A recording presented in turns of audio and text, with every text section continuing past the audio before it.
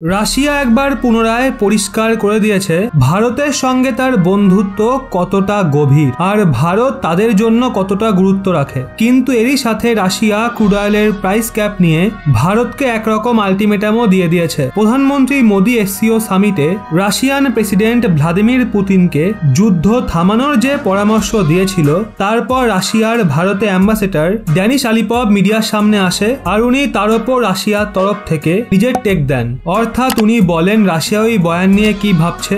Danish আলিপভের ভারতে appointment এই বছর জানুয়ারি মাসে হয়েছিল, মানে ইউক্রেন যুদ্ধ শুরু হওয়ার ঠিক এক মাস আগে। মস্কোতে ড্যানিস আলিপভ ভারতের মামলার এক্সপার্ট হিসেবেও পরিচিত, আর উনি যে স্টেটমেন্ট দিয়েছেন তা থেকে পরিষ্কার হয়ে যায় তিনি সত্যিই ভারতের মামলায় এক্সপার্ট। এই যাত্রা যুদ্ধের যাত্রা নয়। প্রধানমন্ত্রী এই বয়ানের জন্য ওয়েস্টার্ন দেশগুলোর ভারতকে সাপোর্টের পর গতকাল ড্যানিস আলিপভ নিউ দিল্লিতে মিডিয়ার সামনে এসে এই নিয়ে তার প্রতিক্রিয়া দেন। রাশিয়ান অ্যাম্বাসেডর বলেন প্রধানমন্ত্রী মোদির এই স্টেটমেন্টকে অনেক বেশি অ্যাটেনশন দেওয়া হয়েছে, মানে পশ্চিমী দেশগুলো কারণে ওই স্টেটমেন্টকে অনেক বেশি হাইলাইট করছে, কিন্তু ওটা কোনো নতুন স্টেটমেন্ট নয়, এটা তো ভারতের কনসিস্টেন্ট অ্যাপ্রোচ।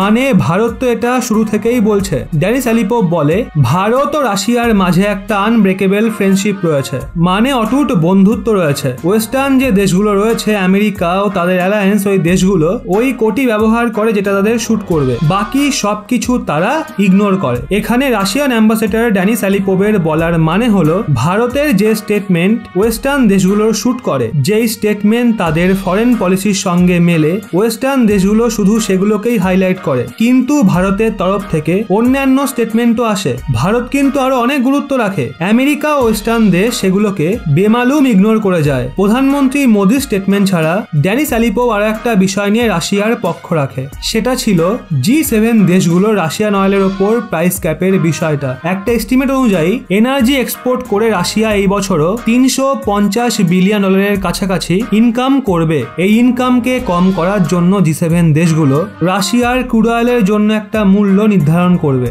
যার থেকে বেশি মূল্যে রাশিয়ান অয়েল বিক্রি হবে না।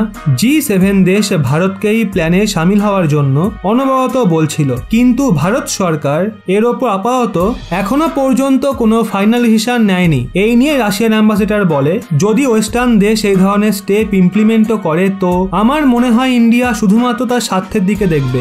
ইন্ডিয়া এখনো পর্যন্ত অনেক কেয়ারফুল থেকেছে, কিন্তু এই প্রাইস ক্যাপ সম্পন্ন রুলকে ফলো করা ভারতের স্বার্থের জন্য একদমই লাভদায়ী হবে না। ড্যানিস আলিপভ আরো বলেন যদি আমাদের প্রাইস ঠিকঠাক বলে না মনে হয় আর আমাদের জন্য সেটা আনএক্সপেক্টেবল হয়, তাহলে সেক্ষেত্রে রাশিয়া গ্লোবাল অয়েল মার্কেট ও যে দেশ আমেরিকার প্রাইস ক্যাপের ইনিশিয়েটিভকে ফলো করবে তাদের ক্রুড অয়েলের সাপ্লাই পুরোপুরি বন্ধ করে দেবে। মানে যদি ভারত প্রাইস ক্যাপকে ফলো করে তাহলে রাশিয়া ভারতকেও ক্রুড অয়েল বিক্রি করবে না।